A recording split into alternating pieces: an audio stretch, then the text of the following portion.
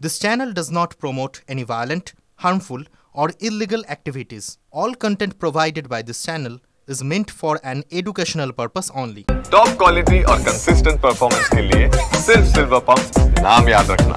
স্বাধীনতা দিবস ব্রিটিশ শাসনকালের 200 বছরের সেই সময় থেকে অতিক্রম করে 300 কোটির ভারতবাসী আজকের দিনেও এই স্বাধীনতা দিবসটাকে মনে রাখে, পালন করে, উদযাপন করে। কারণ যে কোনো মানুষের কাছে, মানুষের জীবনে প্রাণের মুক্তি, মনের মুক্তি, স্বাধীনতাটা খুব প্রয়োজনীয়।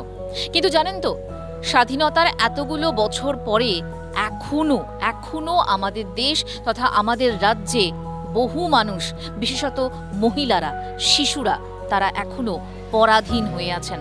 তারা এখনো স্বাধীনতার মানেটা বুঝতে পারেন না। তারা সেই স্বাধীনতা এখনো খুঁজে যাচ্ছেন। ঠিক সেরকমই একটা জায়গায় এই মুহূর্তে আমি চলে এসেছি ওয়াটগঞ্জে। TV9 বাংলায় এই মুহূর্তে এই ওয়াটগঞ্জে এসে দাঁড়িয়ে রয়েছে এমন একটা জায়গায়, ডেস্টিনি ফাউন্ডেশন, যেখানে ফাইন্ড ইউর ড্রিম এই শব্দটাকে সামনে রেখে তারা এগিয়ে চলেন, কাজ করেন।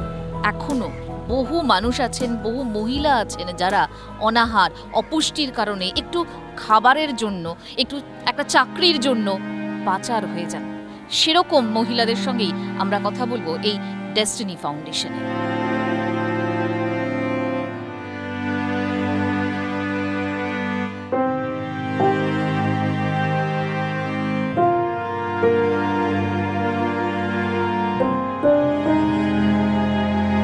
আপনি এখানে এলেন কিভাবে? আপনি কি এখানেই থাকতেন?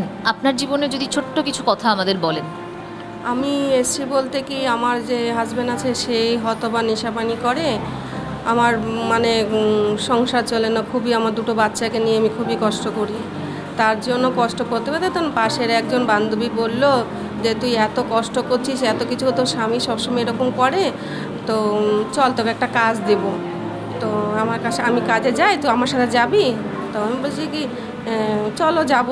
তখন আমাকে নিয়ে আসলো কাজে। তখন আমি এখানে আসার পরে আমি তখন এখানে থাকলাম, থেকে তখন আমি নিজের ছেলে মেয়েকে পড়াশোনা করা, মানুষ করা, সব কিছুই করা আমি তখন করতে আরম্ভ করলাম এখানে এসে। তো সেলাই শেখানো থেকে নিয়ে সব কিছু, কাজ করা নিয়ে সব কিছু তখন এখানে আস্তে আস্তে করে আমি করা স্টার্ট করলাম এখান থেকে।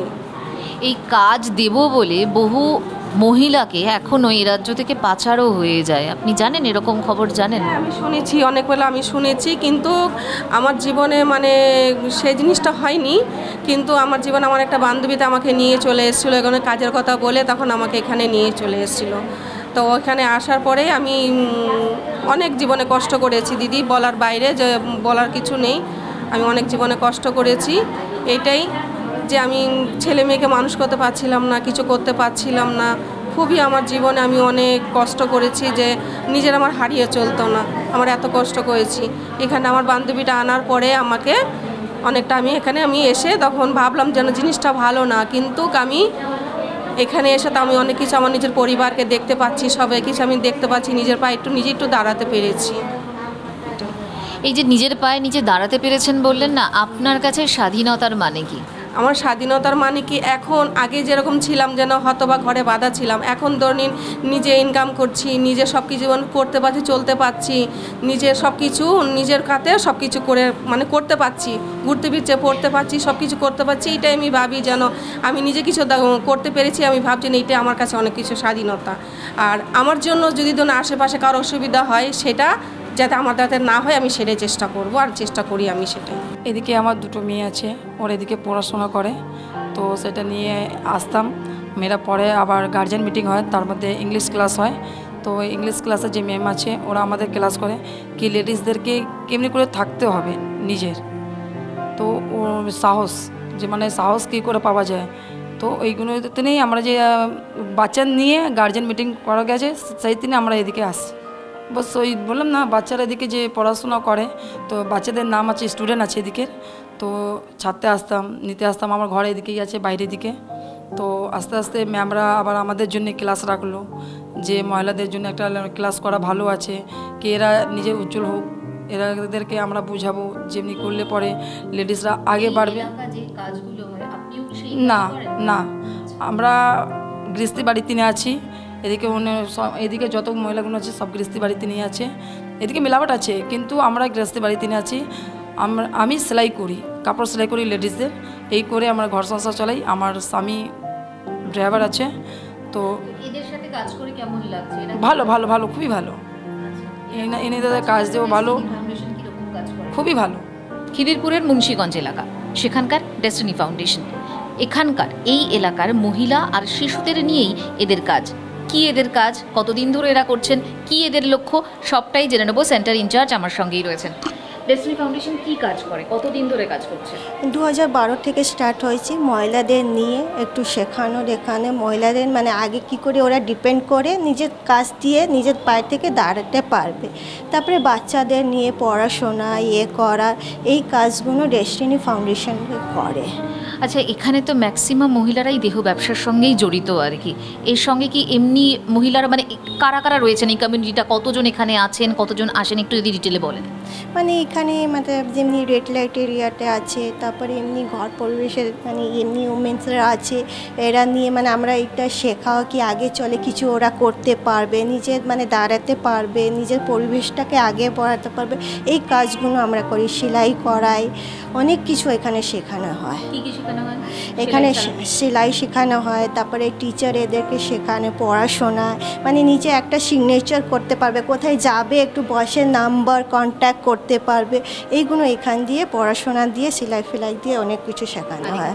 আমার মনে হয় দে আর অ্যাট রিস্ক, ভালনারেবিলিটিটা হাই, যেখানে তারা যে কোনো মুহূর্তে কোনো রকম বিপদে পড়তে পারে। তো সেই জন্য এখানে কাজ করাটা ভীষণ ইম্পর্ট্যান্ট, সেটা বাচ্চা ছেলে হোক, বাচ্চা মেয়ে হোক বা মহিলা হোক। একটা ইকোনমিক চ্যালেঞ্জ থাকে বা নানা রকম কী বলবো একটু অ্যান্টি সোশ্যাল অ্যাক্টিভিটিস থাকে, যেখানে মানুষ হয়তো তার খুব বিপদের সময় বাধ্য হয়। আমরা 3টে পিলার আমাদের বলবো। একটা হলো আমরা বলি এডুকেট, এমপ্লয়, এম্পাওয়ার।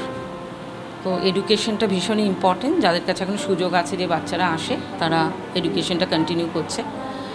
আর এমপ্লয়মেন্ট বলতে আমরা লাইভলিহুডের ওপরে মেইনলি আমরা কাজ করি। আমাদের একটা সোশ্যাল এন্টারপ্রাইজও আছে তো, এবং যার জন্য আমরা কন্টিনিউয়াসলি দেখি যাতে ইকোনমিক্যালি কোনোভাবে সাপোর্ট বা স্বনির্ভর কীভাবে করা যেতে পারে তাদেরকে। আর এমপাওয়ারমেন্টের অর্থটা তো সবাইকে বুঝতে হবে, যার জন্য আমাদের নানা রকম ট্রেনিংও হচ্ছে। ইকোনমিক এমপাওয়ারমেন্ট তো হয় ফাইন্যান্সিয়াল, এবং নানাভাবে এমপাওয়ারমেন্টটাকে বোঝা।